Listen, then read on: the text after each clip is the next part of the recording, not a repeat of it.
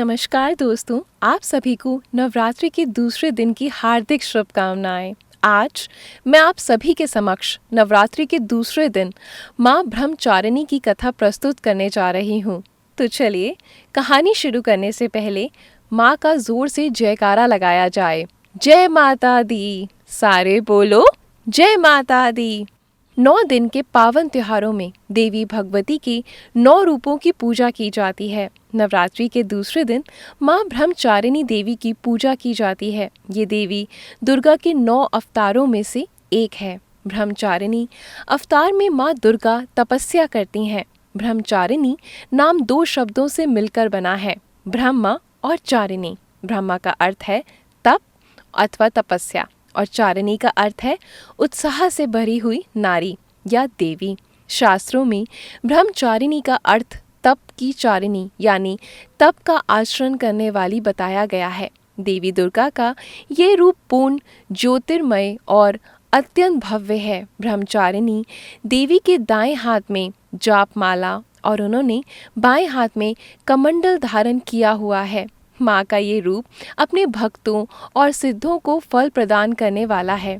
माँ ब्रह्मचारिणी देवी की उपासना से तप, त्याग, वैराग्य, सदाचार और संयम में वृद्धि होती है। शास्त्रों के अनुसार देवी ब्रह्मचारिणी मंगल ग्रह की शासक हैं। वे भाग्य की दाता हैं और अपने भक्तों के सभी दुखों को दूर करती हैं। मंगल दोष और कुंडली में मंगल की प्रतिकूल स्थिति से उत्पन्न समस्याओं को दूर करने के लिए ब्रह्म देवी की पूजा की जाती है। तो चलिए अब सुनते हैं माँ ब्रह्मचारिणी देवी की कथा। सती के रूप में यज्ञ की अग्नि में स्वयं को भस्म कर देने के बाद देवी ने पर्वतराज हिमालय की पुत्री के रूप में जन्म लिया। तब उनका नाम पार्वती या हेमवती शैलपुत्री रखा गया। जब पार्वती बड़ी हुई तो ब्रह्मा के मानस पुत्र देवऋषि नारद ने उन्हें दर्शन दिए। उन्होंने पार्वती को बताया कि अगर वो तपस्या की राह पर चलें तो उन्हें अपने पूर्व जन्म के पति भगवान भोलेनाथ ही पति के रूप में मिलेंगे। नारद जी के उपदेश से भगवान शंकर को पति के रूप में प्राप्त करने के लिए पार्वती ने घोर तपस्या की। इस कठिन तपस्या के कारण ही इन्हें तक्षचारिणी अर्थात ब्रह्मचारिणी का नाम दिया गया। ब्रह्मचारिणी के रूप में पार्वती जी ने 1000 वर्ष केवल फल फूल खाकर ही बिताए और 100 वर्षों तक जमीन पर रहकर शाक पर ही निर्वाह किया। कई वर्षों तक कठिन उपवास रखे और खुले आसमान के नीचे सर्दी, गर्मी और बरसात के घोर कष्ट सहे। 3000 वर्षों तक टूटे हुए बिल पत्र खाए और भगवान शंकर की आराधना करती रही। इसके बाद तो उन्होंने सूखे बेल पत्र खाने भी छोड़ दिए। कई हजार वर्षों तक निर्जल और निराहार रहकर वे तपस्या करती रही। पत्तों को खाना छोड़ देने के बाद इनका नाम अपर्णा पड़ा। कठिन तपस्या के कारण देवी का शरीर एकदम क्षीण हो गया।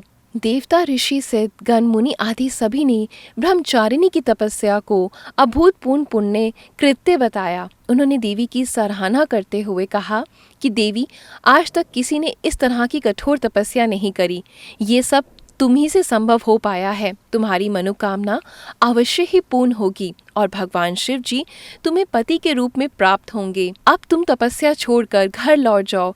जल्द ही तुम्हारे पिता तुम्हें बुलाने आ रहे हैं। और तपस्या करने के बाद पार्वती माँ को ब्रह्मचारिणी के रूप में जाना जाने लगा। बाद में भगवान शिव ने पार्वती जी को अपनी धर्म पत्नी के रूप में स्वीकार किया। माँ दुर्गा का ये अवतार तपस्या, भक्ति, संयम और एकांत में रहना सिखाता है। देवी ब्रह्मचारिणी की साधना स्वाधिष्ठान चक्र में ध्यान करके की जाती है। स्वाधिष्ठान चक्र एकासिति के निचले छोर में स्थित है। इसी में मानव चेतना की शुद्धि और उत्क्रांति का प्रारंभ होता है। स्वाधिष्ठान चक्र की जागृति स्पष्टता और व्यक्तिगत में विकास लाती है।